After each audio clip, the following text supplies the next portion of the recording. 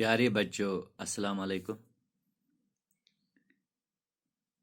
हमारे इस मजमून जो हम पिछले 3 दिनों से पढ़ रहे हैं, बोर के लड्डू, जो मोहम्मद उमर नूर इलाही ने मुश्तरका तौर पर लिखा है, ये ड्रामा है। इस ड्रामे में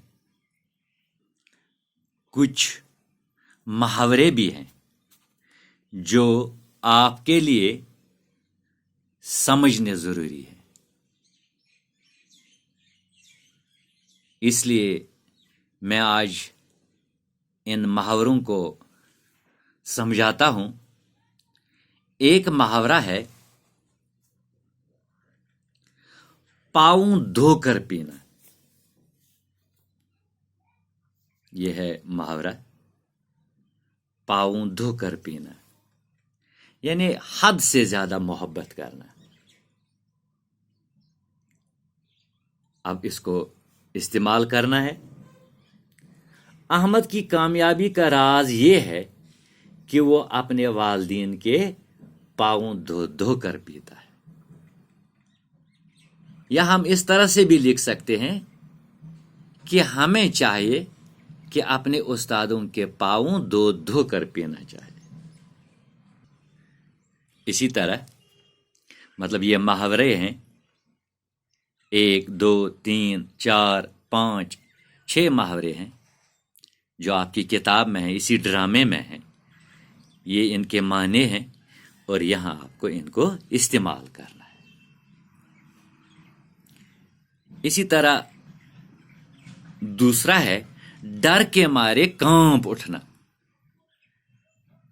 डर के मारे कांप उठना यानी लर्जा तारी होना, खौफ हो जाना। इस्तेमाल है, शेर की आवाज सुनकर अहमद डर के मारे कांप उठा। या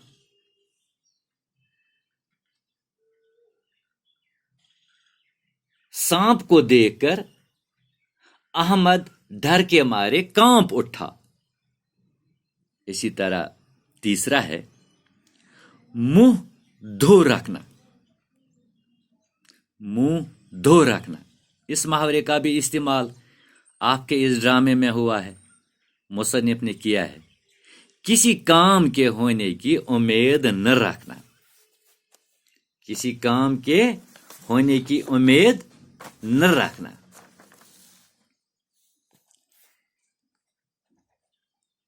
इस्तेमाल है, लकड़हारे की बेवकूफी का अंदाजा लगाकर उसकी बीवी ने उससे मुंह धो रखने का ताना दिया।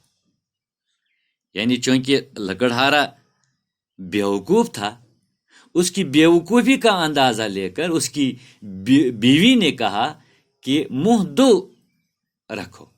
यानी उसको आप किसी काम के होने की उम्मीद न रखना। यानी आपकी बेवकूफी को देखकर आप किसी काम के होने की उम्मीद न रखना। या आप इस तरह से भी इस्तेमाल कर सकते हैं, मेहनत का दामन थाम कर भी मुंह धो रखना बड़ी शर्म की बात है। यानी अगर इंसान मेहनत करे और किसी काम के होने की उम्मीद न रखे, वो बेवकूफी है। ठीक है। इसी तरह एक और है, खाक में मलना, माने है जाया होना। को हम इस तरह इस्तेमाल कर सकते हैं इसी ड्रामे में, मियां बीवी की नाअहली से उनकी मुरादें खाक में मिल गई। यानी लकड़हारा और उसकी बीवी की नाअहली की वजह से, नासमझी की वजह से उनकी सारी उम्मीदें खाक में मल गई। ان کی نااہلی کی وجہ سے ان کی ساری مرادیں خاک میں مل گئی. ٹھیک ہے.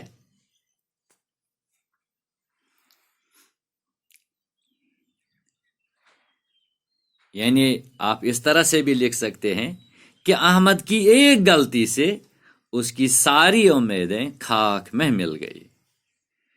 دوسرا ہے کانٹے بونا، معنی ہے اپنے یا کسی کے حق میں برائی کرنا. کانٹے بونے سے انسان کی عظمت کا خاتمہ ہو جاتا ہے. کانٹے بونے سے انسان کی عظمت کم ہو جاتی ہے. اور آخری ہے بے سر و پیر کی اڑانا، یعنی ایسی باتیں کرنا جن کا نہ سر ہے نہ پیر ہے. جھوٹ کا دامن تھامنا، بے سر پیر کی اڑانا یعنی جھوٹ کا دامن تھامنا. گو ہم اس طرح بھی اس کو استعمال کر سکتے ہیں. احمد کی لب کشائی سے معلوم ہوتا ہے کہ وہ بے سر پیر کی اڑانے کا ایک منجا ہوا کھلاڑی ہے. یعنی اس کی باتوں سے ظاہر ہوتا ہے کہ وہ بے سر پیر کی اڑاتا ہے، یعنی جھوٹ کا سہارا لیتا ہے. بچوں ان کو یاد کیجیے. میں آپ کو اس کہانی کے سوالات بھی لکھ کر دے دوں گا انشاءاللہ. السلام.